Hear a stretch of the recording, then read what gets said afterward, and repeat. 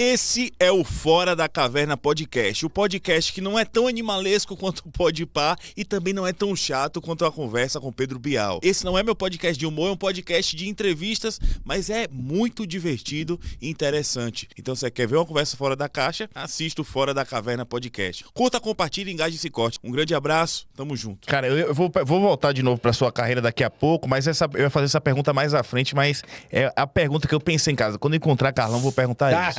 Cara, eu sou fã de MMA. Legal. A impressão que eu tenho é que o jiu-jitsu tá levando... A impressão...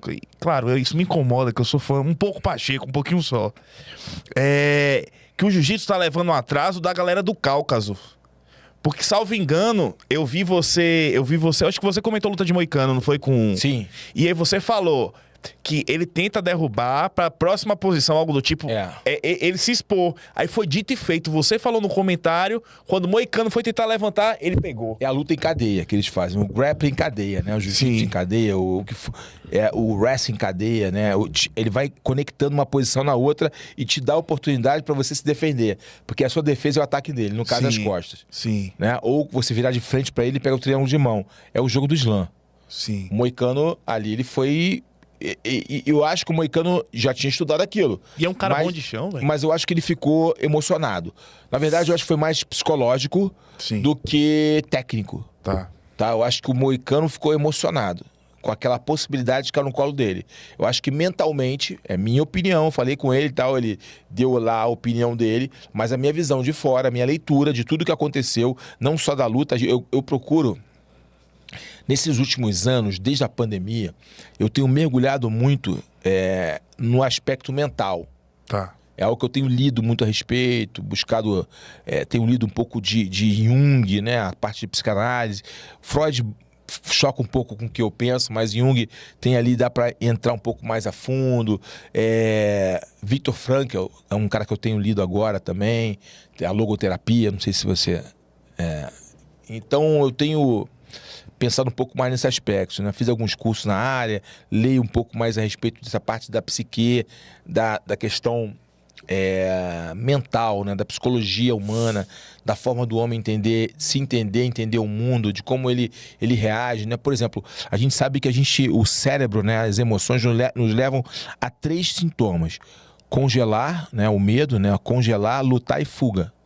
É isso que o nosso cérebro faz. Sim. Diante de qualquer caos, qualquer situação, ou você congela, ou você luta, ou você foge. É isso. E aí, como é que a gente pensa isso? Só que, cara, na luta, tudo isso acontece ao mesmo tempo. Sim. E aí, o que difere o cara transformar aquela emoção que é o medo? Todo mundo tem medo. Todo mundo tem medo, tá? Galera, o lutador tem medo, tá? Todo mundo tem medo. O cara que salta de paraquedas tem medo.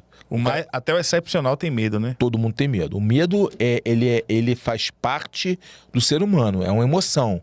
Tá ali. Como você transforma esse medo em ação? Quando você luta, ao invés de fugir ou de congelar. Né? Então, o que acontece? E como é que você faz isso? Treino. Tudo é treinável. Você treina. A preparação te dá confiança. Então, por isso que eu vou chegar ao Moicano. Porque eu trouxe esse contexto. O Moicano não ia lutar com o cara. Ia lutar com o Beneil Dariush. Sim. O Moicano tava com a mentalidade. Mas é canhoto. Nada a ver. O Beneil tem uma postura de luta. O Beneil tem um entendimento de luta. O Beneil tem uma proposta de luta completamente diferente do Islam. Sim. Então, 1.1. Ponto 2. A luta caiu surgiu a oportunidade. Vou ganhar dinheiro, visibilidade, posso ganhar o cinturão. A mente dele teve que processar todas essas informações, mais a informação de estar lutando com o campeão, que até então é imbatível.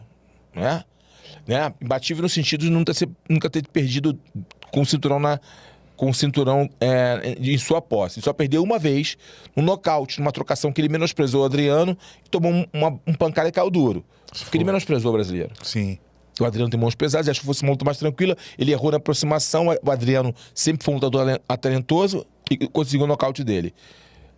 O que aconteceu? Mas depois daquilo ele aprendeu. Ele não erra mais. Nunca mais errou. Nunca mais errou. E lutou com caras duros também nessa proposta. O Islam Makhachev, pra mim, é um lutador mais completo do que o Khabib. Tá? Já falo. O Nurmagomedov é um craque. É um gênio tático, o Khabib Nurmagomedov.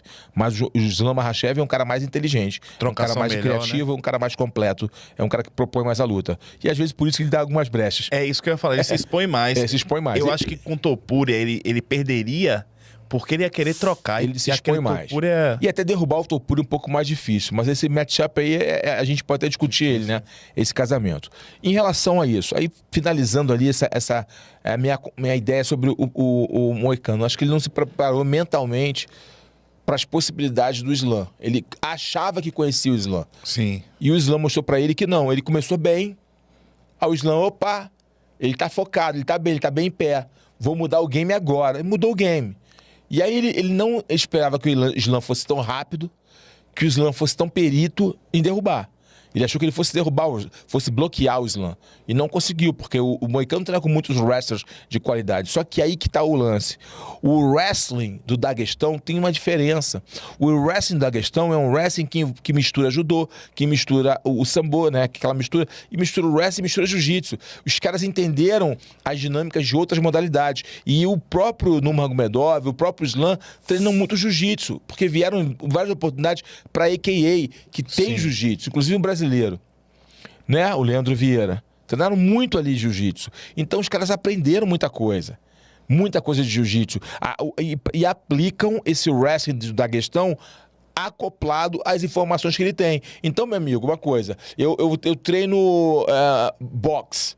Aí eu vou, mas eu vou lutar com o Cassius, que é muito bom de Muay Thai.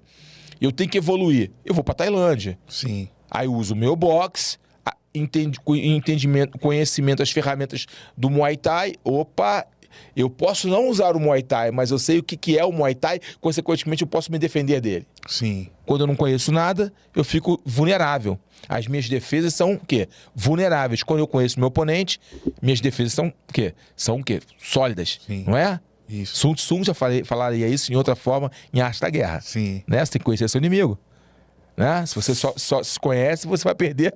Você tem que conhecer os inimigos. Então, quando você busca mais conhecimento, você torna o seu jogo mais sólido. Isso não indica que você vai sair do seu jogo. E é isso que os caras da questão fazem. Eles têm o game plan deles, que eles chamam de father plan, né? Então não é uma superioridade técnica do sambo em relação... É a questão de adaptação. Eles se adaptaram mais. Adaptaram mais. Eles buscaram melhorar o conhecimento deles. O grande segredo dos caras é esse. E eles têm o quê? Uma coisa muito importante que muitos lutadores não têm. A aplicação tática.